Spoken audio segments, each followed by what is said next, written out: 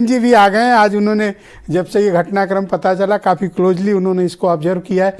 बीरेन जी, क्या अपडेट है आपके पास और क्या जानकारी है ये जो आज सरप्राइज मूव किया जयंत चौधरी और अखिलेश यादव ने? बिल्कुल, देखिए आज किसी को हवा नहीं लगने पाई कि जयंत चौधरी कब लखनऊ आए और अखिलेश यादव से मिलकर चले गए। समाजवादी पार्टी के नेता और आरएलडी के दोनों नेताओं को किसी को कानो कान खबर नहीं हुई। अनिल दुबे और रोहित अग्रवाल को तो पता ही रहा होगा। इन लोगों को भी जानकारी नहीं हुई, उनके वापस जाने के बाद ही इन लोगों को जानकारी पहुंची होगी। अरे और अब बड़े नेता जब इस तरह का मूवमेंट करते हैं तो बहुत ज़्यादा लोगों को जानकारी नहीं देते। सबसे बड़ी बात यह है कि पुलिस और खुफिया तंत्र भी इस बात की जानकारी सरकार को नहीं दे पाया कि आरएलडी के प्रमुख लखनऊ उतरे हैं। तो ये भी एक बड़ा घटनाक्रम है। और एक और जब पूरी भाजपा प्राण प्रतिष्ठा कार्यक्रम में अयोध्या में लगी है, पूरे देश में राममय माहौल बनाने की तैयारी चल रही है, दूसरी ओर अखिलेश यादव ने जयंत चौधरी के साथ अपने रिश्तों को और मजबूती प्रदान की है। ये कोई नया गठबंधन तो ब्रजेश जी है नहीं, गठबंधन तो पहले से चला आ रहा है।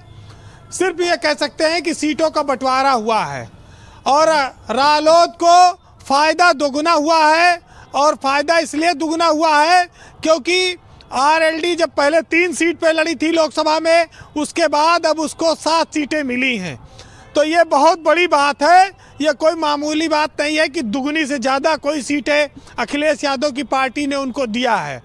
तो ये एक तरह से कह सकते हैं आप कि ये उत्तर प्रदेश की सियासत में बड़ा टर्न है, क्योंकि जयंत चौधरी अब किसी की खीर नहीं खाएंगे, ये भी साफ हो गया है।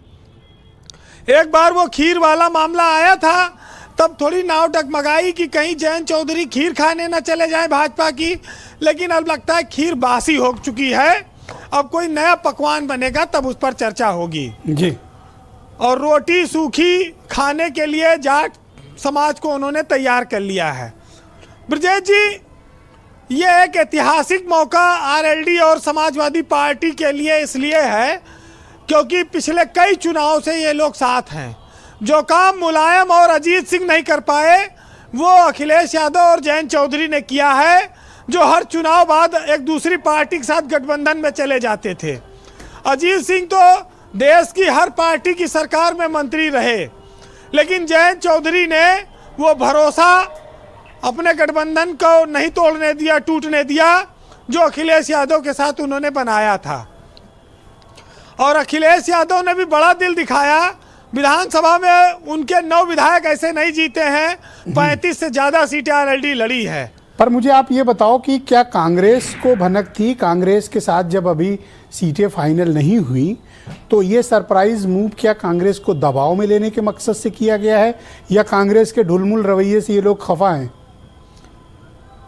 अगर आप पूरे घटनाक्रम पर नजर डालें तो ये कोई छोटी खबर नहीं है, लेकिन कांग्रेस जब अपने पार्टनरों के साथ धोखेबाजी के बात पर आ जाती है, वहीं पर इंडिया गठबंधन को लेकर लोगों में शंका पैदा हो जाती है।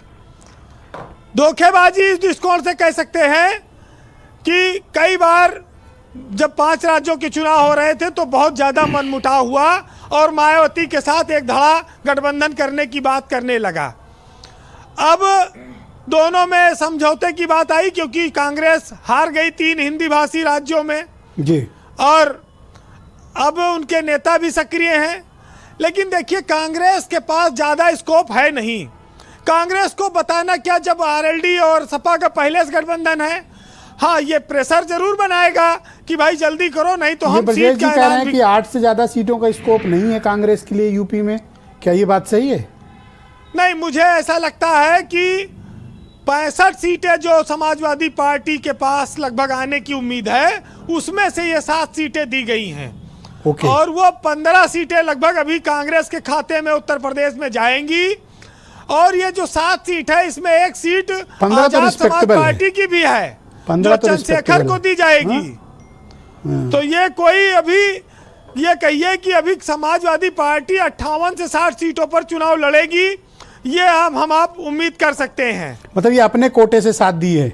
हाँ बिल्कुल, ये अपने कोटे से दी गई है और आजाद समाज पार्टी के चंद्रशेखर आजाद भी उसी में शामिल हैं साथ में। ओके, देखिए, कांग्रेस, भाजपा के एक नेता ने कहा कि कांग्रेस की जमीन बंजर है क्योंकि उसके हाथ में खंजर है। खंजर वो अपने ही दोस्तों को मार रही है, ये उनका इशारा था।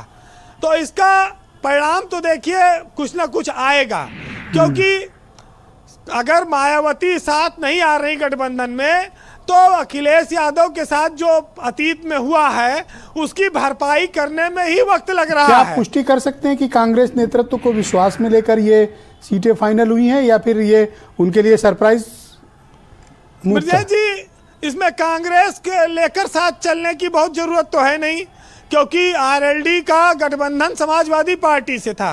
विधानसभा लड़े, लोकसभा लड़े, फिर लड़े, राज्यसभा की सीट दी उनको। तो इसमें कांग्रेस का कहीं रोल नहीं है, ये तो उनका आपसी मामला है। और लेकिन यह है कि उन्होंने धमाका बड़ा कर दिया गुपचुप, ये मामला महत्वपूर्ण हो जाता है।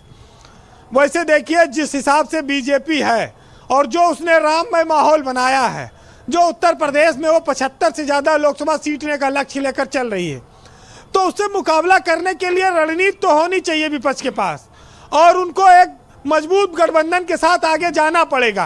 अब कांग्रेस की नैया डामाडोल है तो डोल रहे, वो तो नुकसान नफा तो आखिरी में उन्हीं का होना है केंद्र में। कोई अखिलेश यादव या जयंत चौधरी तो प्रधानमंत्री बनेंगे नहीं, बनना तो कांग्रेस को है। जितना दिन ना ले वो मोदी से उनकी लड़ाई है जी। देखिए, अखिलेश यादव ने यह जरूर दिखाया है कि मंजिल तक पहुंचने के लिए कभी खुद से लड़ना पड़ता है तो कभी हालातों से लड़ना पड़ता है। अगर रास्ता इतना आसान होता तो संघर्ष की कोई कहानी अतीत में ना होती। तो ये तो बात सही है, और आज का जो दौर है उसमें कोई अकेले बीजेपी से निपट नहीं सकता। वसीम बरेलवी का एक शेर है, सुनिएगा, आज के इस गठबंधन पर, कि मैं आसमां में बहुत देर तक रह नहीं सकता, मगर ये बात जमी से तो कह नहीं सकता, और सहारा लेना ही पड़ता है मुझको दरिया का, मैं एक कतरा हूं तन्हा तो बह नहीं सकता। बहुत शुक्रिया वीरेंद्र जी, बहुत बहुत धन्यवाद आपका ग्राउंड जीरो से अपने इनपुट फीड